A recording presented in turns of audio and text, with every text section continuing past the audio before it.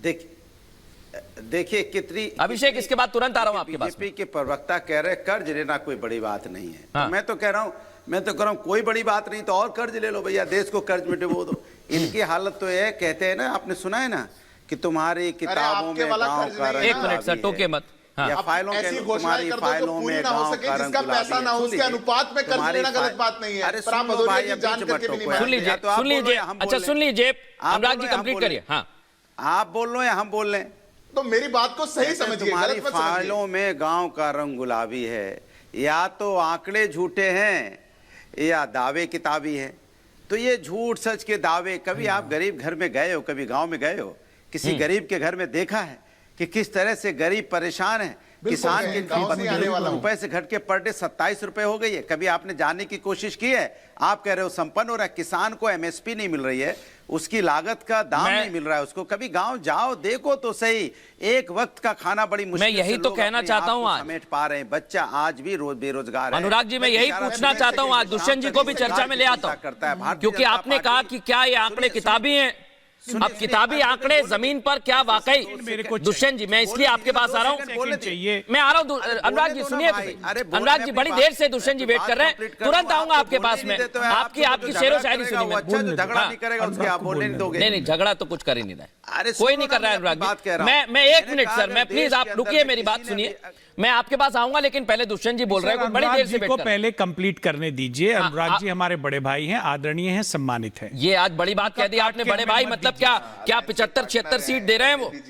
देखिए, ये हमारी आपस की बात है। नहीं, फिर आपने कैसे कहा बड़े भाई? बड़े भाई मतलब मैं तो नहीं समझ रहा हूं, क्या 76 सीट हो गई है फाइनल? अनुराग जी की बात को मैं बल देना चाहता हूं।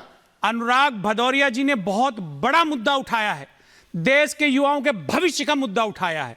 और मैं सिद्धार्थ यादव जी से पूछना चाहता हूं, जब कांग्रेस की सरकार थी तो जो बॉन्ड इशू किए जाते थे, जो कर्जा लिया जाता था, वो 10 से 15 साल के लिए इशू किए जाते थे। अभी नवंबर के महीने में जो बॉन्ड इशू किए गए हैं वो 50 साल के लिए इशू किए गए हैं। और इसलिए 2073 में सवाल खड़ा होता है, तब तक हम 5 से 7% के बीच का ब्याज पे करेंगे। मैं वही एक बहुत बड़ा मुद्दा उठा रहा हूं। देखिए, आंकड़े ले जा रहे हैं। सुनिए, आप अनुराग जी के उठाए हुए मुद्दे की गंभीरता को समझिए। मैं बहुत गंभीरता से मुद्दे समझता हूं दुष्यंत जी, स्थिति बहुत गंभीरता से मुद्दे समझता हूं, और इसलिए मैं जनता को फैक्ट भी बताता हूं कि हर सरकार आती है, हर सरकार, सुन लीजिए, ये हर सरकार कर्ज लेती है, लेकिन इस सरकार ने तो 4 गुना लिया है। इस कर्जे का भुगतान कैसे होगा भैया? 2073 में, नवंबर 2023 में लिया हुआ एक कमेंट में अभिषेक जी के पास आ रहा हूं, उसके बाद मैं अनंत जी आपके पास आऊंगा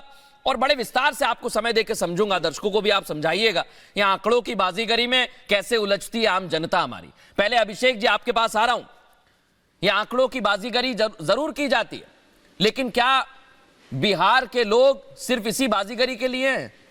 लोग बोलते हैं कि वो वहां से आ रहे हैं, निर्माण कार्य में लगे हुए हैं, शौचालय बनवा रहे हैं। नीतीश कुमार को नहीं दिखता है ये? और तेजस्वी तो इसे बहुत अच्छा बता रहे हैं, आपके साथ गठबंधन में, तो कह रहे हैं अच्छी बात है, मजदूरी करने जाते हैं। नहीं, नीतीश, सुन तो लीजिए ना। नीतीश कुमार जी ने अपने दृढ़ संकल्प और कार्यशैली के दम पर बिहार जैसे पिछड़े राज्य का कायाकल्प कैसा किया है, ये कभी बिहार आइए तो आपको दिखेगा, आपको महसूस होगा। और आंकड़ों की बाजीगरी कौन करता है? आंकड़ों की बाजीगरी तो वही लोग कहते हैं ना, जो कहते हैं कि देवघर से लेकर दरभंगा तक एम्स बना दिया। प्रधानमंत्री जी ने कहा था, सार्वजनिक मंच से कहा था। आज भी दरभंगा के लोग खोज रहे हैं दूरबीन लेकर के कि एम्स कहां दिखेगा। आंकड़ों की बाजीगरी वो लोग करते हैं जब गृह मंत्री अमित शाह जी खुले मंच से कह देते हैं कि पूर्णिया एयरपोर्ट से आवागमन शुरू हो चुका है। पूर्णिया एयरपोर्ट आज तक बना नहीं है, लोग टिकट लेना चाहते हैं वहां। और जो लोग देश की संपदाओं को बेचने में नहीं हिचकते हैं, वो कर्ज लेने में क्या हिचके? अभिषेक जी, आज मेरा महत्वपूर्ण सवाल है, नहीं समझ में आती है। आपने कहा कभी बिहार आइए, 2 जून की रोटी चाहिए। कभी देखिए, मैं आ रहा हूं दुष्यंत जी, 1 मिनट पहले मुझे बोलने दीजिए। आपने कहा 1 मिनट दुष्यंत जी बोलने दीजिए मुझे, कभी बिहार आइए, देखिए ये बेगूसराय में सर क्या हुआ था। बेगूसराय के आंकड़े बताते हैं, रेत माफिया, खनन माफिया किस तरह सक्रिय हैं। छात्र वहां प्रदर्शन करते हैं तो उन पर लाठियां बरसाई जाती हैं। एक ही ये हो रहा है बिहार में। एक ही पर्सपेक्टिव देखेंगे? मैं एक ही नहीं देख रहा सर, मैं दोनों देख रहा हूं, लेकिन क्या आप इस पर नहीं बोलेंगे कि बिहार आकर आपको ये देखने को ना मिले इसलिए हम काम करेंगे? तो उत्तर प्रदेश क्यों नहीं बोल रहे हैं सर आप इस पर? बोलते हैं साहब, हम बोलने में पीछे नहीं हटते हैं, हाँ। हम जवाबदेही से भी पीछे नहीं हटते हैं, लेकिन एक ही पर्सपेक्टिव अगर दिखाया जाएगा बिहार को लेकर तो ये कहां की इंसाफ है?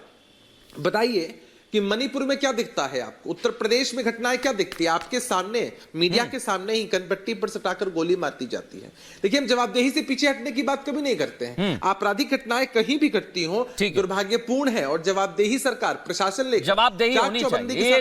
ये जो शब्द है ना सर, जवाबदेही। बिहार का विकास अगर हुआ है, हमारी सरकार ने किया है, इसमें कोई दो राय नहीं है सर। तो नीतीश कुमार नहीं किया जा सकता। नीतीश कुमार ने जो किया है वो सर विदित है, जनता के सामने है, उसमें मैं अपने आंकड़ों को कुछ छुपा नहीं सकता। वो आप बताएंगे बेहतर, जनता जानती है। लेकिन अनंत विजय जी, क्या आज सरकार के कर्ज पर फिर सवाल कर रहे हैं? फिर वही आंकड़ों की बाजीगरी दिखाई जा रही है। लेकिन क्या ये सब मुद्दे गौड़ हो जाते हैं? ये सब मुद्दे फिर मैं आपसे इसलिए पूछना चाहता हूं कि जनता को समझना होगा कि आखिर ये क्या है, आंकड़ों की बाजीगरी का सत्य क्या है? बताइए सर दर्शकों को। मृदुल जी, बस सिर्फ इनसे एक प्रश्न पूछ लीजिए, इन आंकड़ों की बाजी की हवा निकल जाएगी।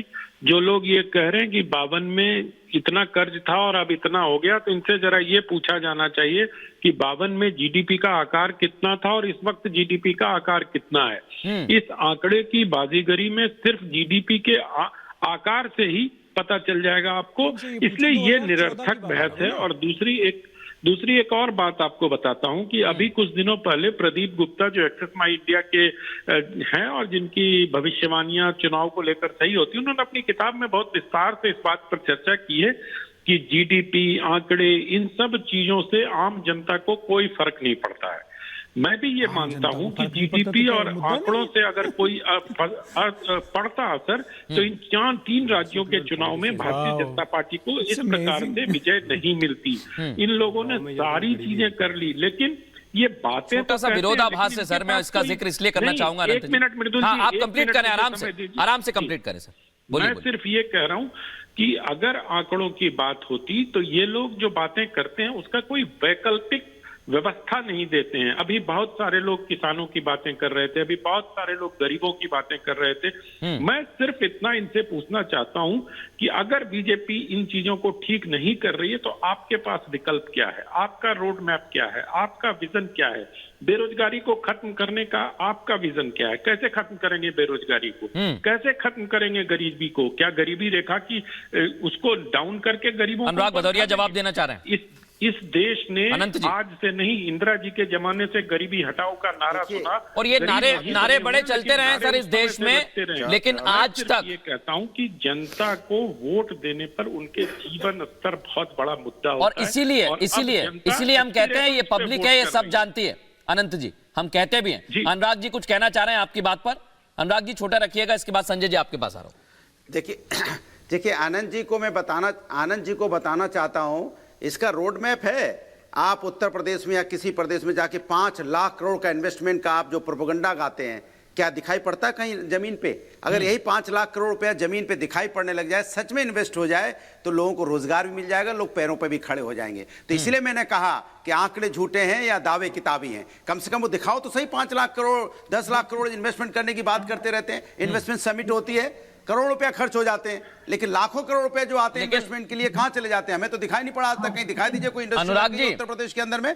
तो इस तरह से मैं आपसे कहना चाहता हूं, अनुराग जी, अभी हाल ही में उत्तर प्रदेश विधानसभा में सत्र हुआ। एक मिनट अनुराग जी, काम करने लग एक सवाल है मेरा, एक सवाल है अनुराग जी मेरा। उत्तर प्रदेश विधानसभा में सत्र हुआ, क्या इसमें ये सवाल उठाया गया था समाजवादी पार्टी की तरफ से? अनुराग जी, इन्वेस्टर समिट का सवाल उठाया गया था? देखिए फिर किसमें, देखिए विधानसभा में सर, चुनाव में, विधानसभा में सर,